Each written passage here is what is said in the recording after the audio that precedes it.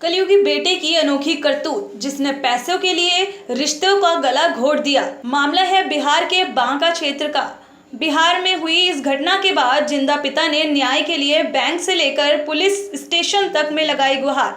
पिता को जब इस बात की जानकारी मिली कि बेटे ने संपत्ति के लिए उनको मृत घोषित कर दिया तो वो भी सन्न रह गए। धन के लालच में कुछ लोग अंधे होकर रिश्तों को भी तार तार करते हैं। ऐसा ही एक मामला बिहार से आया है, जहां जिंदा पिता को पुत्र ने न केवल मृत घोषित करवा दिया बल्कि पैसे निकालने बैंक भी पहुंच गया। लेकिन बेटे की चालाकी को बैंक मैनेजर ने पकड़ लिया, जिसके बाद इस मामले का खुलासा हुआ।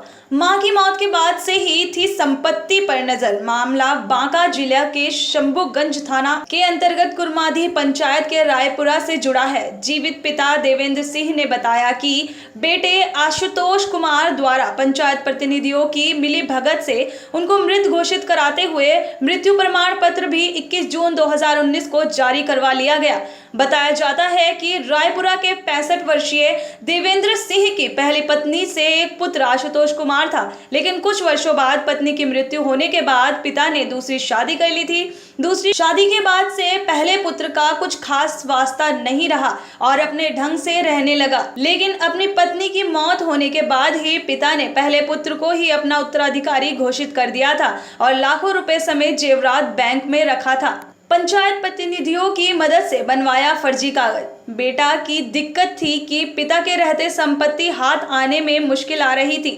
शातिराना अंदाज में पहले पंचायत प्रतिनिधियों से मिली भगत कर मृत घोषित कराने के बाद पंचायत के सचिव के माध्यम से मृत्यु प्रमाण पत्र भी जारी करवा लिया।